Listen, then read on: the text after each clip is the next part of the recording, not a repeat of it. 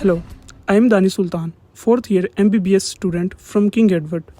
Today, I am going to talk about non-communicable diseases, what they are and key features. So, non-communicable diseases are large group of diseases that are not communicable from person to person. They are also called chronic diseases because they are long-lasting and progress slowly. They occur as a complex interaction of genetic, physiological, behavioral, environmental factors. Non-communicable diseases are a broad and diverse group of diseases having many different types. The four main types that are responsible for 80% of all deaths are cardiovascular disease, cancer, chronic respiratory disease, and diabetes. Others include mental health disorders, chronic kidney disease, musculoskeletal disease, and sensory disorders. And today, we will discuss about diabetes. So, what is diabetes? Diabetes is a disease in which blood glucose levels are above normal. When you have diabetes, your body either does not make enough insulin or can't use its own insulin as well as it should.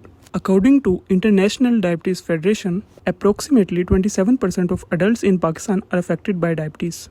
Now, let's talk about types of diabetes. Type 1 diabetes, also known as juvenile onset diabetes. In this type, pancreas are not making enough insulin for the body. That's why called as insulin-dependent diabetes mellitus. In type 2, there is insulin resistance in the body. That's why this type also called as non-insulin dependent diabetes mellitus. And the third type is gestational diabetes.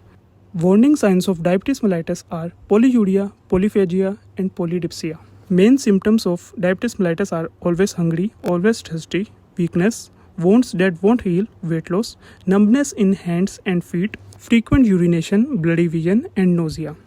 Risk factors for prediabetes and type 2 diabetes include overweight, having a family history of diabetes, being physically inactive, and being age of 45 or older. Now look at the diabetes complications. Sam was 40 when he was told he had diabetes. He could not believe it, as he felt perfectly healthy. He did not want to take medications for life. Aw, just a little bit more is fine.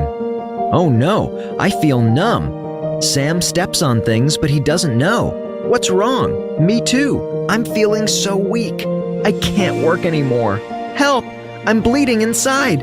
I'm scared. This is because Sam's blood glucose is too high. These are the complications of uncontrolled diabetes. High glucose can lead to blindness, kidney failure, and foot ulcers. It can also lead to stroke and heart attacks. So prevent all this from happening. Go for regular screening. Your doctor can spot the problem early, even before you notice it. And early treatment prevents permanent damage. Follow your doctor's advice and take your medications regularly. You need to control your diabetes, blood pressure, cholesterol, and stop smoking. Doing all this can prevent complications, and you will feel better too.